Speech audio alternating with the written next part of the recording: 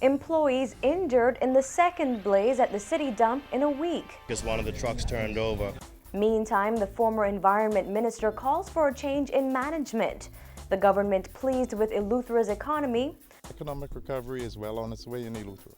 Plus, the conservation campaign officially launched today.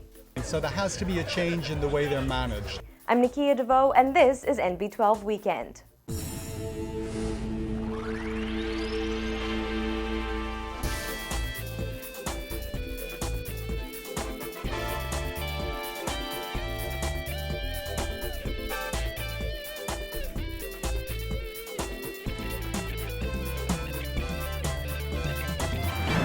Good evening, everyone. Thanks for joining us this Saturday for NB12 Weekend.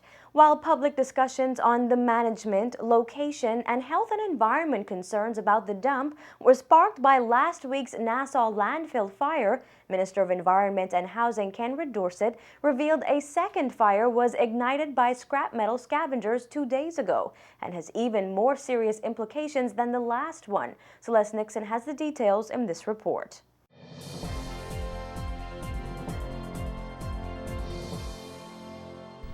According to Dorset, a second blaze at the city's dump in less than a week has injured employees. What happened at the landfill, there was actually a second fire that was started 2 days ago. Once again, what I call scrap metal scavengers entered the property, set a fire there. We were able to contain it within a relatively short period of time. Unfortunately, we also had some staff who were injured in the exercise because one of the trucks turned over. One of the gentlemen was hospitalized and soon to be released. Dorset said the initial fire, which has been smoldering for a week, has been contained. Dorset renewed the government's commitment to addressing the various issues at the dump.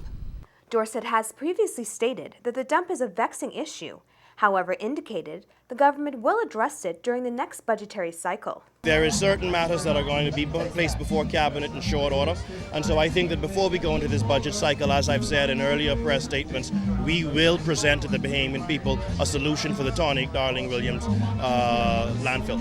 The recent fires have again raised health concerns by residents in surrounding communities, even resulting in one school's closure. President of the Bahamas National Trust, Neil McKinney, told the Nassau Guardian this week the toxic fumes from the dump present a serious health hazard and cannot continue. Dorset urged residents to seek medical assistance as soon as possible if they experience any breathing problems, headaches, vomiting, or nausea. Reporting for NB12, I'm Celeste Nixon. While weighing in on the dump fire, former Minister of Environment Earl DeVoe said proper management of the dump is necessary to mitigate fires and privatization may be the way forward. First of all, the issue at the fire, I think it's an issue of management and whether or not there are sufficient resources deployed to deal with the current fire. The short and long-term solution to this problem is better management of our waste stream. Better collection, better separation, better disposal, and better recycling. That's the only solution. We'll always have waste.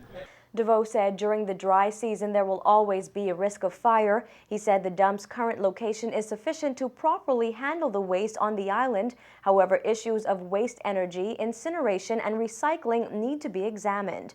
Noting that the privatization of the dump would create additional industries, DeVoe said turning waste into energy should be seen as a commercially viable industry in the Bahamas, similar to scrap metal salvaging. And in order to do that, I think some focused attention with respect to the tipping fee, the private sector engagement, and a responsible handling of the jurisdiction of the Department of Environmental Health Services. That is a very big department. It's responsible for many things, and perhaps at this point we may be better off privatizing the garbage collection and management. The Landfill Coalition, led by waste companies in the private sector, are looking to take over the administration of Nassau's landfill. United Sanitation Waste Not Limited, Bahamas Waste and Impact Disposal, who formed the coalition, have crafted a $100 million waste-to-energy and landfill restoration proposal. Noting he was in receipt of the coalition's proposal, the current environment minister explained the government has received a number of offers from both Bahamian and foreign waste companies. I just received a proposal from that coalition Friday of last week. And so it is just something that has recently been presented to the government, despite it being discussed for weeks and even months. But for us, I think, as I've said in my parliamentary contributions, because waste to energy was something that we were very much focused on, we've seen numerous proposals from folk who have both non-Bahamian and Bahamian interests, who are interested in using solid waste as a means to generate energy and electricity, but also ensuring that landfill remediation is a core component of what they do. In other news, an alleged early morning shootout between police and two young men resulted in one of the suspects being shot by officer. He remains in hospital in serious condition. Police say the 23-year-old and a 21-year-old fired shots at officers as they were driving a white Honda vehicle suspected of being stolen in the South Beach area. While police fired back at the two men and hit the 23-year-old, causing him to lose control of the vehicle, which crashed into a home on Valencia Drive. The 21-year-old was injured in the crash. He was treated and discharged from hospital. However, he remains in police custody.